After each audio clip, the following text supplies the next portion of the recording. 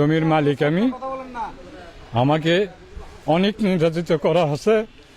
আমি বহুদিন যাবত এই মামলা চালাচ্ছি। এই মামলা চালানো অবস্থায় আমি নিঃস্ব হয়ে গেছি। আমাকে সবাই নিঃস্ব করে দিছে।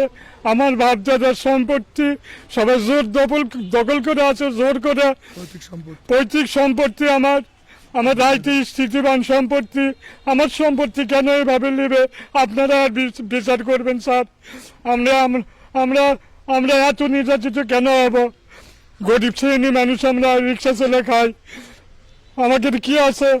এই মামলা চালাতে চালাতে আমার জীবনটাই শেষ। অর্ধেক জীবন চলে গেছে, 12 জীবন চলে গেছে। এখন মৃত্যুর পক্ষে চলে যাব আমি। তাও আমি এই নির্যাতিত থেকে বঞ্চিত হতে পারলাম না। আপনারা আমার দিকে আপনাকে দিকে সহায়তা চাই। আপনারা আমাকে সহযোগিতা করবেন। আপনাদের কাছে আমরা অনেক অসহায়, দুর্বল। আমাদের কোনো অর্থ সম্পদ নেই। আমাদের শ্বশুরের, দাদা শ্বশুরের সম্পত্তি এগুলো আমরা অনেক কেস করে করে টাকা পয়সা নষ্ট করছি, কিস্তি তুলে তুলে। কিন্তু এখানে অনেকবার এসেছি, আমাকে পিটিএম হেরে বের করে করে দিছে।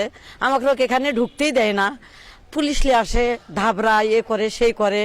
এই যে আমরা ঘর দুয়ার করছি সেগুলো আবার ভাঙচুর করে দিচ্ছে, হুমকি দিচ্ছে। আমাকে খাতে দিচ্ছে না, বসতে দিচ্ছে না, নামাজ পড়তে দিচ্ছে না। আমরা নামাজ পড়ে যাচ্ছি, গেটটা খুলে যাচ্ছি, আমাকে নামাজ পড়তে দিচ্ছে না। আমাকে পানি খাবার দিচ্ছে না, বাথরুমে যাবার দিচ্ছে না। অনেক কষ্টের ওপর আমরা আছি। আমরা অনেক অসহায়, আমাকে থাকার মতো কোনো জায়গা নেই।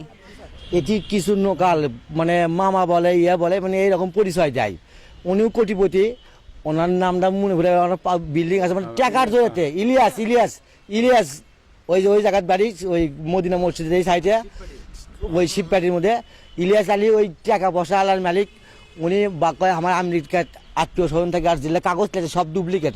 আজকে প্রশাসন মানে আর্মিও আসে, দেখে গেছে ওনাকে কাগজ ডুপ্লিকেট। ওনারা ওই জন্য আমাকে কিছু আর বলেনি যে তোমরা বাইরে হয়ে যাও, কি হ্যান ত্যান, উনি কিছু বলেন। ওনারা আমাদের কাগজ দেখে চলে গেছে। আর আমরা তো অসহায়, ভীমহীন। আমাদের ভাই বিরাদারা রিক্সা চলে খায়। আমাদের পৈতৃক সূত্রের সম্পত্তি সিয়াজের মালিক আমরা। ওনাকে টাকার বলেতে আমরা কতগুলো হাজিরা দিচ্ছি, কোটত কতগুলো ওই বদ্দা 200 হাজিরা দিচ্ছি। টাকা আমাদের কাছে সবকিছু আছে, ডকুমেন্টস আছে। কিন্তু ওনাকে টাকার ভরেতে আমরা পারছি না। আমাদের পৈতৃক সম্পত্তি, আমার বাপদাদার সম্পত্তি, আমরা দীর্ঘদিন যাবত এই মামলায় জর্জরিত হয়ে গেছে। আমরা এসে আমাদের কাগজপাতি সব ঠিক ছিল। আমরা যে খাজনা দেবার যায় দেখি যে জায়গাটা আমাদের অন্যজন একটা ভুয়া খারিজ করে নিয়ে চলে গেছে। তখন আমরা খাজনাটা আমরা দিতে পারিনি। পরে করছে আবেদনপত্র দেন, আবেদনপত্র দিলাম। সেখান থেকে আবার এটিএম কোর্টে নিয়ে গেল। এটিএম কোর্টে সেখানে মামলা চলমান হয়ে সেখানে নিষ্পত্তি করে জজ কোর্টে গেল। জজ কোর্ট থেকে আমরা এখন ল্যান্ড সার্ভেয়ারে আছি বর্তমানে।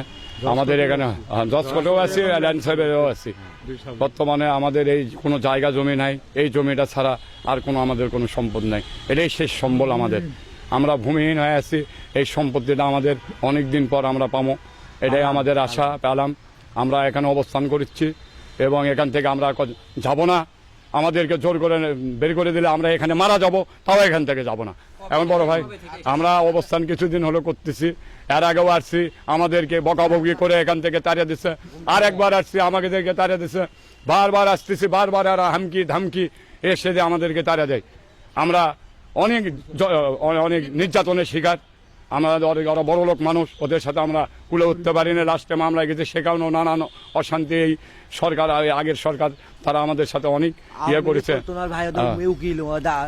তারপরে এখন আসে আমাদের কাজটা সরাসরি, আমাদের এই জমিটা আমাদের, এখানে আমরা থাকবো। পৈতৃক সম্পত্তি মালিক। এখন এই জমিতে আপনারা কি আদালতের আদেশ অমান্য করে থাকবেন? আমরা আইন শ্রদ্ধাশীল হয়।